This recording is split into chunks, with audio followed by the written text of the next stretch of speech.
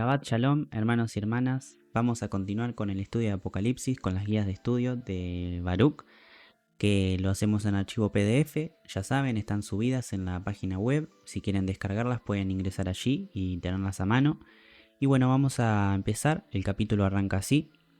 Acá comenta Baruch, dice: lo que encontramos en este capítulo no es la ira de Dios, sino una parte de la tribulación que los creyentes en los últimos días han sido llamados a soportar a medida que pasan por ella. En Mateo 24:13 leemos: mas el que persevere hasta el fin, éste será salvo. Y recordemos que esto también no significa que nos está diciendo que solo vamos a ser salvos si perseveramos hasta el fin. No, nosotros ya somos salvos porque el Mesías nos salvó. Pero esto en realidad está en un contexto de que si perseveramos hasta el fin, vamos a tener victoria. Ahora tomen sus Biblias si la tienen a mano. Si no, bueno, de fondo, si están haciendo alguna otra cosa, suban el volumen. Dice, capítulo 6, versículo 1. Y miré cuando el Cordero abrió uno de los sellos, y oí a uno de los 4 animales diciendo como con una voz de trueno: ven y ve. Ven y ve, esta es una invitación a ver lo que el futuro, como se les dijo a los profetas, depara. ¿Estamos lo suficientemente dispuestos e interesados para responder a esta invitación? Si leemos en Oseas 4:6 dice: mi pueblo fue destruido, porque le faltó conocimiento. Por cuanto desechaste el conocimiento, yo te echaré del sacerdocio, y porque olvidaste la ley de tu Dios, también yo me olvidaré de tus hijos. Responder implica moverse desde la posición en la que estamos. Responder implica moverse desde la posición en la que estamos y ver las cosas desde una nueva perspectiva. Solo cuando sabemos qué esperar podemos prepararnos adecuadamente. Continuando en el versículo 2 dice: y miré, y he aquí un caballo blanco, y el que estaba sentado encima de él tenía un arco, y le fue dada una corona, y salió victorioso para que también venciese. Esto no es Yeshua en el caballo blanco. El blanco representa la pureza y la paz, pero este jinete está empeñando en la conquista, una falsa paz. Blanco también significa conquista. Cuando alguien reconoce que ha sido conquistado, levanta una bandera blanca para mostrar su misión. Un arco es un arma que se utiliza en la conquista. Victorioso, para que también venciese. La palabra victoria, conquistar, se repite, enfatizada, sin dejar ninguna duda en nuestras mentes sobre cuál es el propósito de este jinete. El mundo va a ser sometido por este primer jinete. Es un conquistador.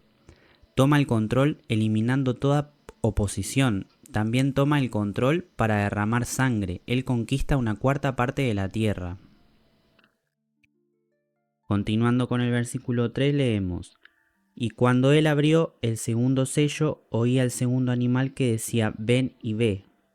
Cuarto versículo: y salió otro caballo bermejo, y al que estaba sentado sobre él fue dado poder de quitar la paz de la tierra, y que se maten unos a otros, y fuele dada una gran espada. El caballo bermejo, rojo, provoca la guerra y el derramamiento de sangre. Una grande espada es igual a muchas muertes. Si vemos en Mateo 24, 6 al 8 dice: y oiréis de guerra y rumores de guerra. Mirad que no os turbéis, porque es necesario que todo esto acontezca, pero aún no es el fin. Porque se levantará nación contra nación y reino contra reino, y habrá pestes y hambres y terremotos en diferentes lugares, y todo esto será principio de dolores. Y esto, hermanos y hermanas, lo estamos viendo. Continúa también, bueno, en Lucas 21 del 9 al 10 también dice lo mismo: y cuando oigáis de guerras y de sediciones, no os alarméis, porque es necesario que estas cosas acontezcan primero, pero el fin no será inmediatamente. Entonces les dijo, se levantarán nación contra nación y reino contra reino. Ahí en Lucas lo confirma. Y se nos ordena no tener miedo. Importante. Siempre con la fe. Versículo 5. Dice, y cuando él abrió el tercer sello, oí al tercer animal que decía, ven y ve, y miré, y he aquí un caballo negro, y el que estaba sentado encima de él tenía un peso en su mano. Peso, báscula, se usaban para sopesar las cosas para averiguar cuánto valían. O sea que por ejemplo, lo que van a hacer acá es ver un valor, ¿no?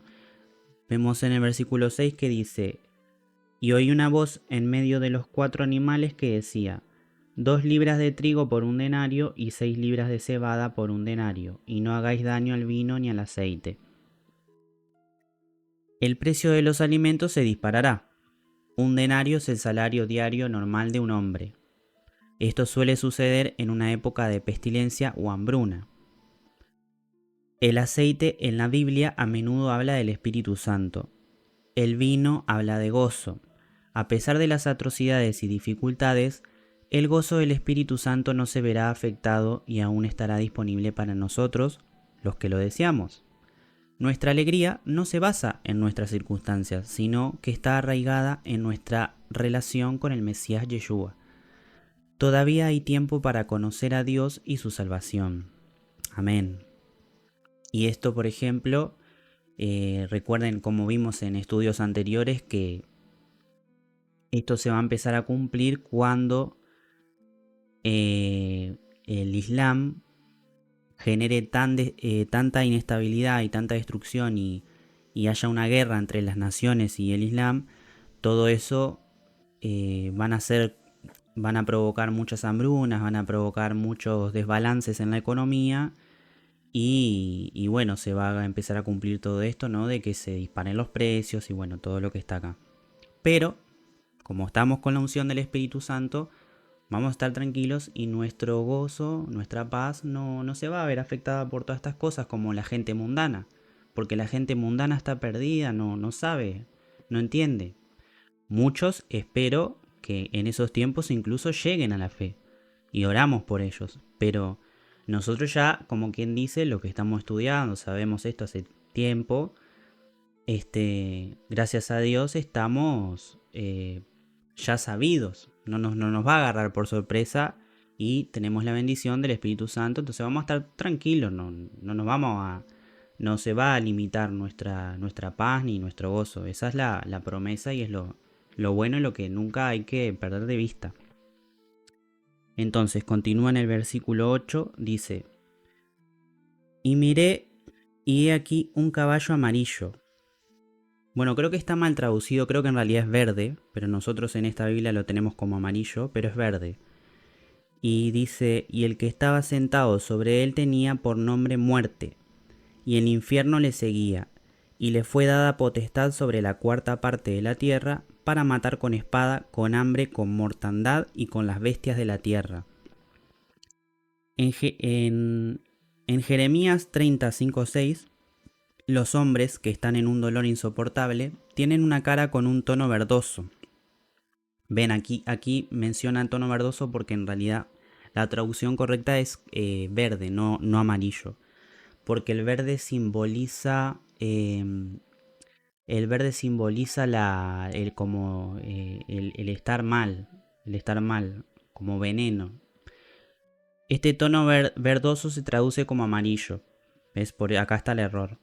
Este caballo verdoso, amarillo, está siendo montado por un jinete llamado Muerte. La muerte nunca es sinónimo de Dios. Juan 10:10 dice, el ladrón no viene sino para hurtar y matar y destruir. Yo he venido para que tengan vida. Claro, es decir, el ladrón viene para hurtar y para matar y para destruir. Pero el Señor viene para que tengamos vida y para que la tengan en abundancia, además dice. Después, acá dice, se nos dice que este cuarto jinete sale del infierno, el Hades, Estos sellos y jinetes no son un derramamiento de la ira de Dios, ni son sus juicios. Cuidado.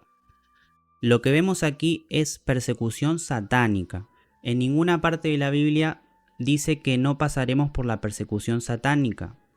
Muchos creen que no van a sufrir, que el Mesías no, que el que cree en Dios está a salvo de sufrimiento, cuando es todo lo contrario. En ninguna parte de la Biblia dice que no pasaremos por la persecución satánica. El Mesías tuvo que soportarlo cuando Satanás se movió contra él. El Mesías y los apóstoles. De la misma manera, Satanás se moverá contra nosotros, haciéndonos ser odiados por el mundo. Como dice en Mateo 10:22, y seréis aborrecidos de todo por causa de mi nombre, mas el que persevere hasta el fin, éste será salvo. Todos los jinetes están conectados entre sí. Todos ellos están arraigados en Satanás. Satanás traerá mucho cambio a la tierra. Va a llegar un día en que el extremismo ya no será tolerado y el anticristo tratará de pisotearlo por una religión basada en la tolerancia, entre comillas. Creer en el Mesías Yeshua y en la Biblia hará que seamos tachados de extremistas.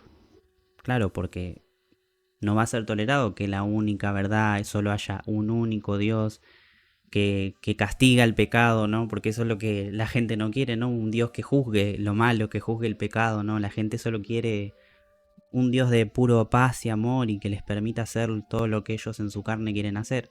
Sabemos que Dios no es así. Dios es santo, Dios es justo y Dios odia el pecado y no tolera nada de eso, lo aborrece. Entonces, claro, se complica la cosa para los espíritus inmundos de este mundo y para la gente que quiere seguir pecando.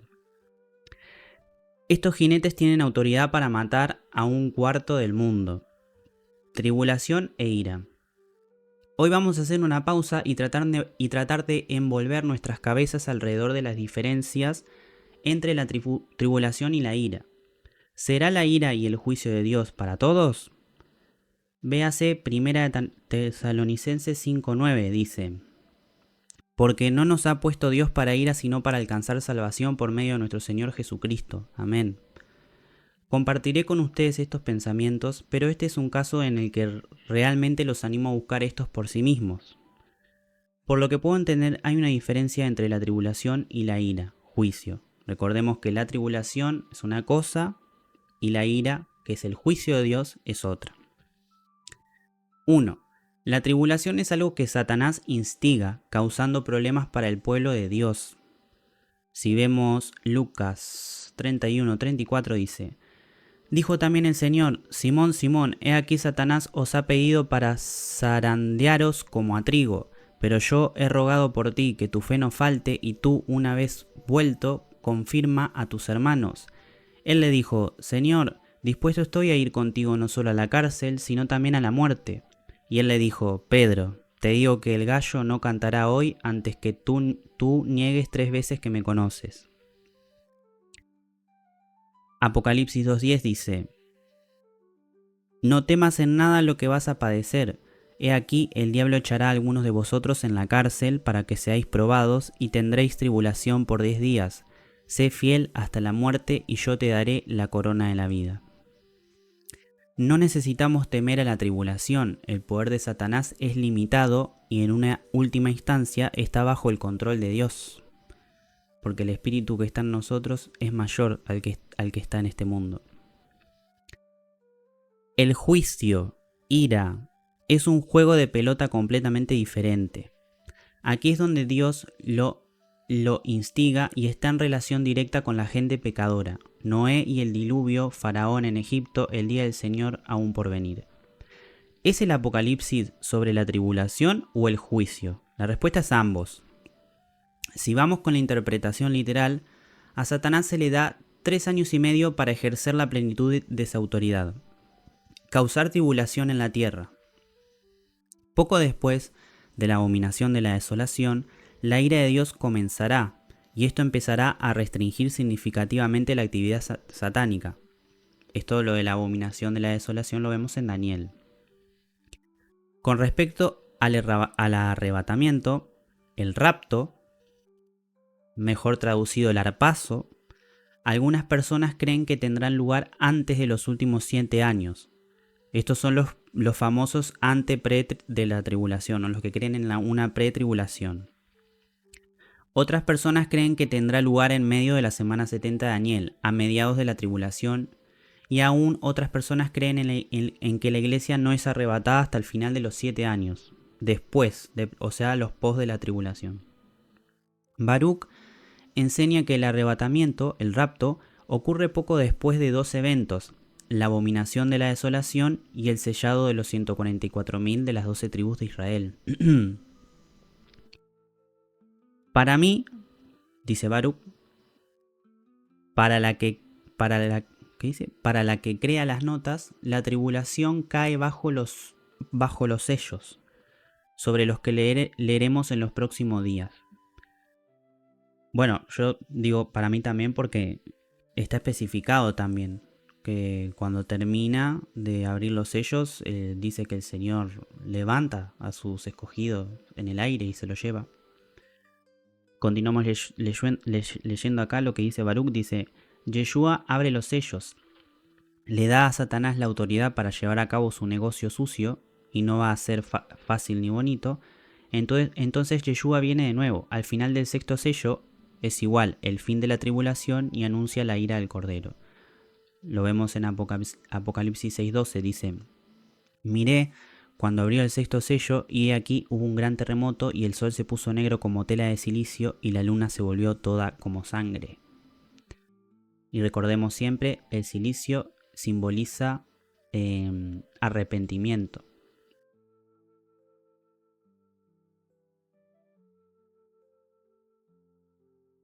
Entonces, en Apocalipsis 6:12 en adelante me suena como Mateo 24, 26, 35.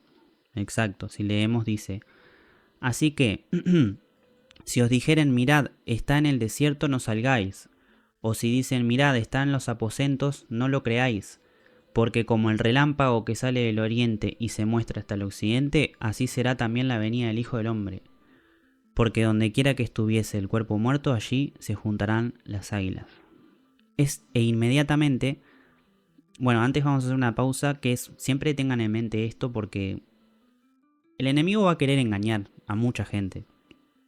Pero la venida del Señor es inminente, o sea, es inconfundible, es imposible, o sea, nadie, no va a pasar desapercibido, porque va a ser un rayo que se va a ver a lo largo de todo el cielo, o sea, va a ser un terremoto que va a sacudir toda la tierra, el cielo se va a quebrar en dos, o sea, inconfundible, así que eso hay que tenerlo siempre en cuenta.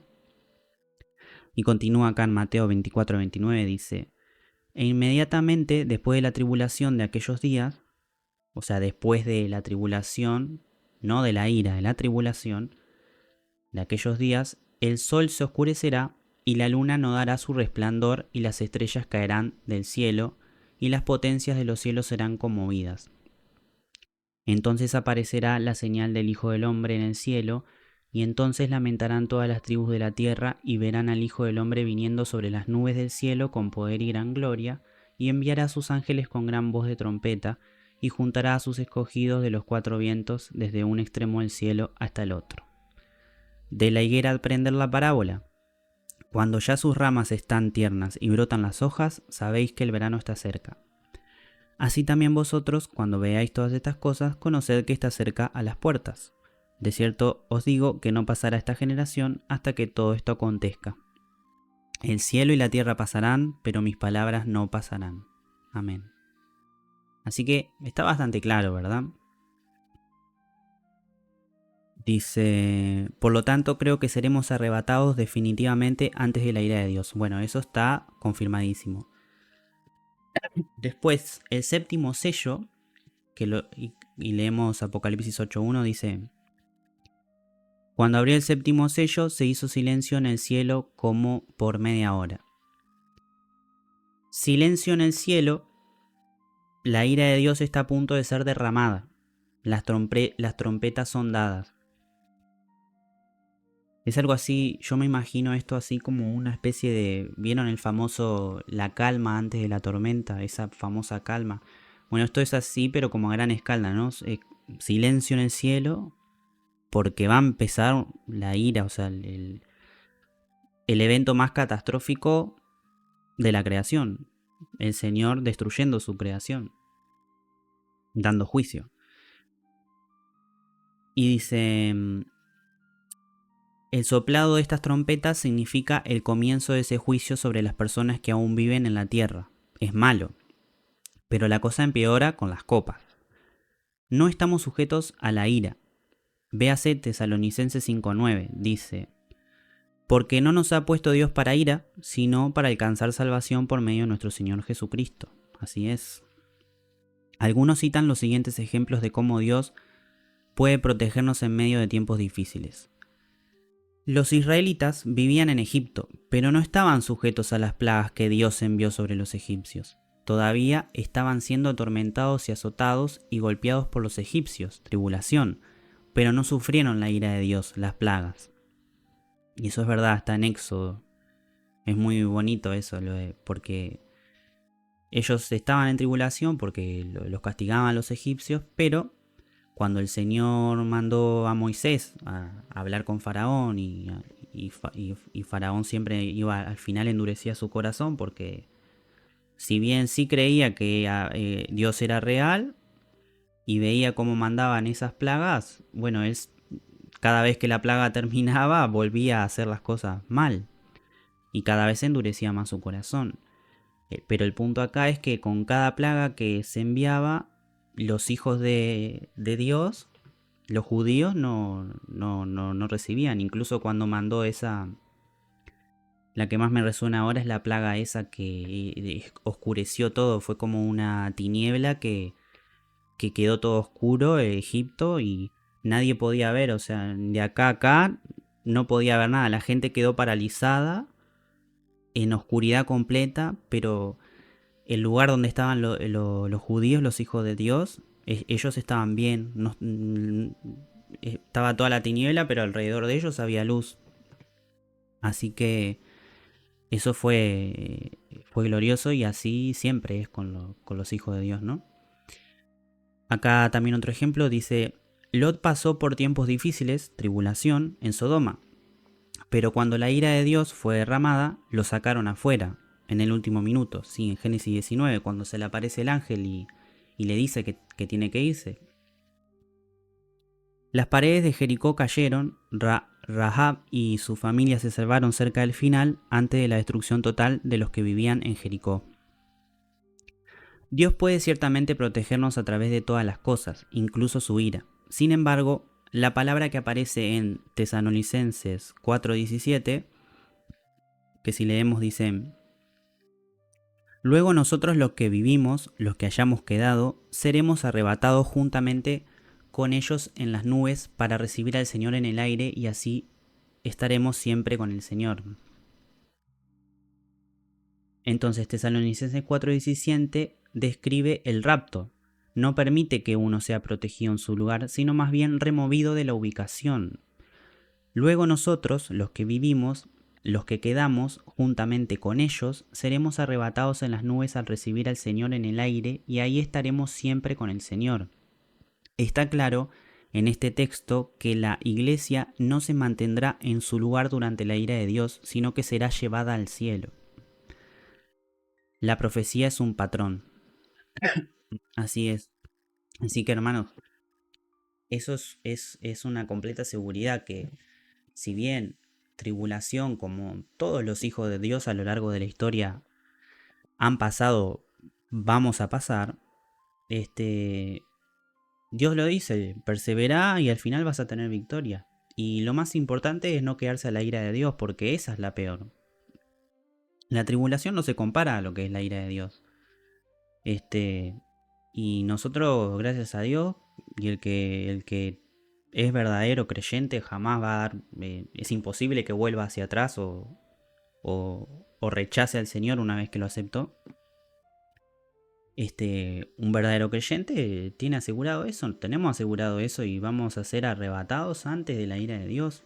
Al final de los sellos, cuando ya termine esa tribulación y cuando Dios se disponga, cuando se haga ese silencio, antes de todo eso, nos arrebatan en el aire y bueno, Ya lo demás es historia que ya ni nos compete. Pero la sabemos porque tenemos toda la revelación. Así que continuamos en el versículo 9, que dice: y cuando él abrió el quinto sello, y vi debajo del altar las almas de los que habían sido muertos por la palabra de Dios y por el testimonio que ellos tenían. Bueno, cuando leemos los altares, son un lugar de sacrificio o muerte. Estos creyentes fueron asesinados por valorar la palabra de Dios y por vivir la verdad que se encuentra en la Biblia. Si vamos a Mateo 24, del 9 al 10, dice: entonces os entregarán a tribulación y os matarán y seréis aborrecidos toda la gente por causa de mi nombre. Muchos tropezarán entonces y se entregarán unos a otros y unos a otros se aborrecerán. También lo vemos en Lucas, en el paralelo. Estos versículos en Lucas dan una gran idea de lo que nuestra respuesta debe ser en caso de que caigamos en esta categoría. Ahora vamos a leer Lucas. Lucas dice: pero antes de todas estas cosas os echarán mano y os perseguirán y os entregarán a las sinagogas y a las cárceles y seréis llevados ante reyes y ante gobernantes por causa de mi nombre. Y esto os será ocasión para dar testimonio. Proponed en vuestros corazones no pensar antes cómo habéis de responder en vuestra defensa, porque yo os daré palabra y sabiduría, la cual no podrán resistir ni contradecir todos los que se opongan. Mas seréis entregados aún por vuestros padres y hermanos y parientes y amigos, y matarán a algunos de vosotros. Y seréis aborrecidos de todos por causa de mi nombre, pero ni un cabello de vuestra cabeza perecerá. Con vuestra paciencia ganaréis vuestras almas. Esto, si a alguno le llega a pasar que le toca que en algún país lo lleven a la cárcel, recuerden esto, siempre tengan presente eso, que el Señor siempre va a poner en la boca lo que hay que decir ante un juzgado, ante un juez, ante lo que sea. Uno tiene que estar tranquilo, no pensar qué va a decir, cómo se va a excusar, cómo va a demostrar su inocencia. No. El Señor va a poner palabras en nuestra boca, el Espíritu solo va a hablar y no hay que preocuparse de eso. Versículo 10, continuamos en Apocalipsis, dice: y clamaban en alta voz diciendo: ¿hasta cuándo, Señor santo y verdadero, no juzgas y vengas nuestra sangre de los que moran en la tierra?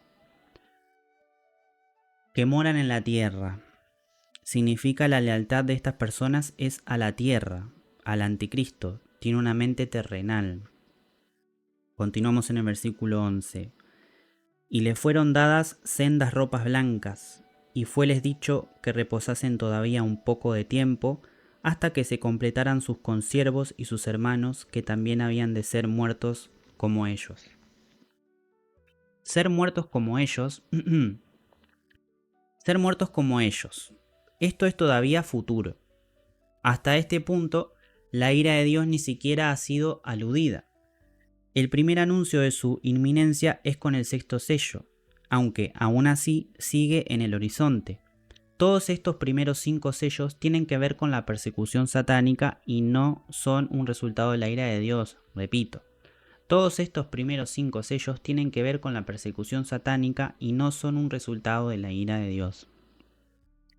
En el versículo 12 continúa diciendo: y miré, y cuando él abrió el sexto sello, y he aquí fue hecho un gran terremoto, y el sol se puso negro como un saco de cilicio, y la luna se puso toda como sangre. Mediante el uso de la palabra miré, Dios está tratando de captar nuestra atención. Este terremoto anuncia algo que tendrá implicaciones globales. Dentro de la profecía hay pistas que nos ayudan a llegar a la conclusión correcta. Por ejemplo, en Mateo 24-29 dice: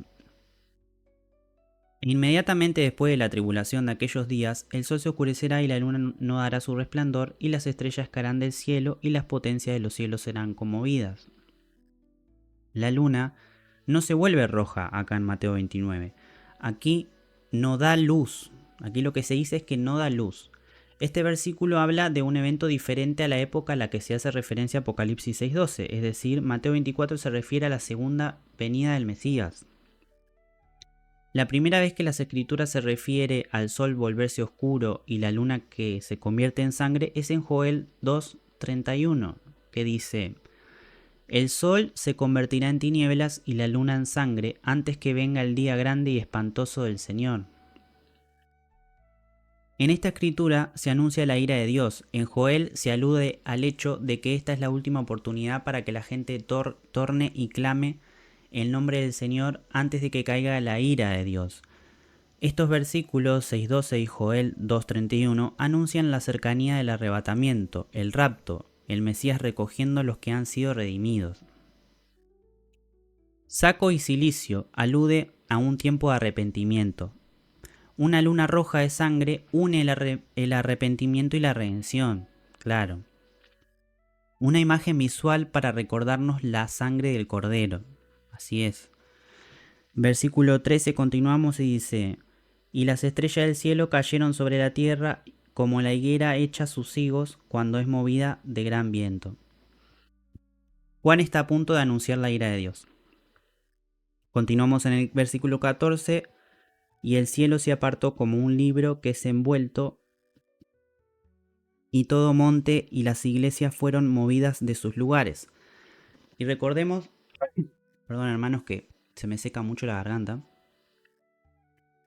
Recordemos que en este tiempo los libros no eran como esto, así.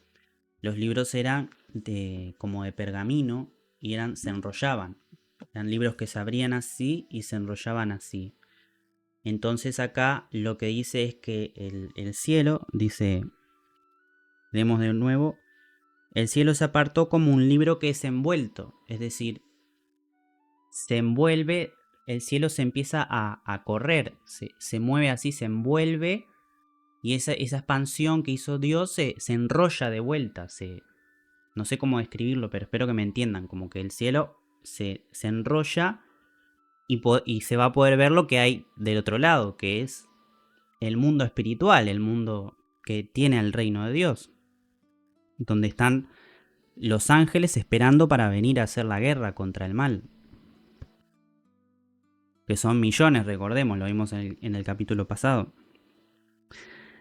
Dios está provocando un cambio, va a afectar a todo el mundo. Leemos en el versículo 15, dice: y los reyes de la tierra, y los príncipes, y los ricos, y los capitanes, y los fuertes, y todo siervo, y toda liebre, se escondieron en las cuevas y entre las peñas de los montes. Ricos o pobres, fuerte o débil, no hay diferencia entre ellos en este momento. No han clamado el nombre del Señor para salvarlos.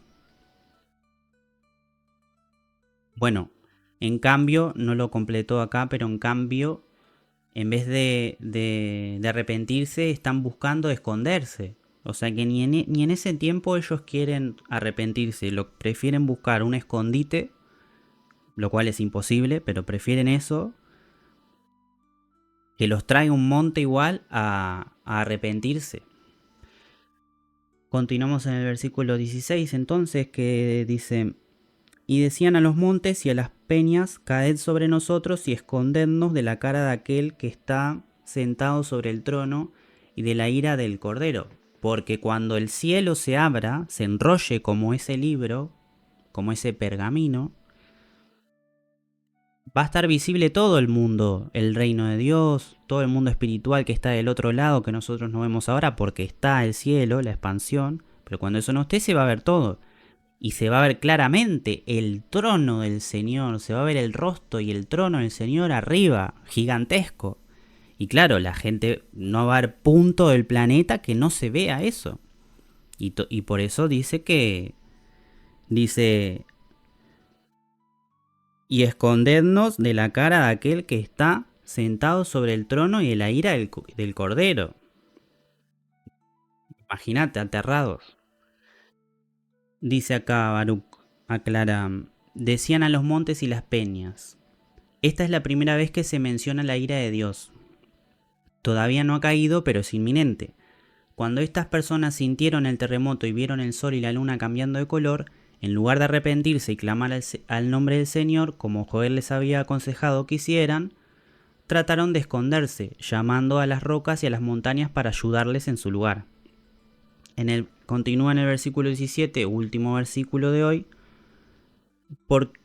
porque el gran día de su ira es venido, ¿y quién podrá estar firme? Como creyentes, se nos ha prometido que no somos designados para sufrir ira, sino que vamos a recibir la salvación a través del Mesías Yeshua.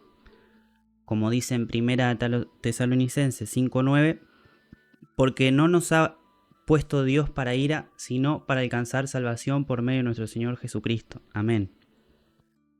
Hermanos, aquí termina el capítulo de hoy, capítulo 6. Yo creo que a partir del capítulo 6 es uno de los mejores. Bueno, ya a partir del capítulo 5, pero el capítulo 6 en particular es uno que me gusta mucho porque ya empieza lo bueno, ¿no? La justicia, la antesala para que la ira de Dios caiga y se haga verdadera justicia en este mundo y la iglesia se vaya con él antes de que caiga esa ira, por supuesto. Así que hermanos, si te gustó el video, si te edificó, deja tu comentario, deja tu like, compartí, unite al grupo de Telegram si querés, todos los links están abajo. Si es la primera vez que ves este video, este canal, te invito también a suscribirte al canal oficial de Baruch Korman, donde él predica la palabra, lo hace muy bien mediante el Espíritu Santo. Estas guías de hecho son de él, nosotros seguimos estas guías por escrito en este canal. A veces también hacemos estudios de las prédicas de él con Biblia en mano. Y bueno, nada más, hoy es sábado, les deseo un feliz Shabbat, que descansen en la paz del Señor, pero siempre en su voluntad, con la guía del Espíritu Santo. Y bueno, hermanos y hermanas, que Dios los bendiga eternamente. Aquí un servidor más, Ezequiel mi nombre. Shabbat Shalom desde Uruguay y que Dios los bendiga. Adiós.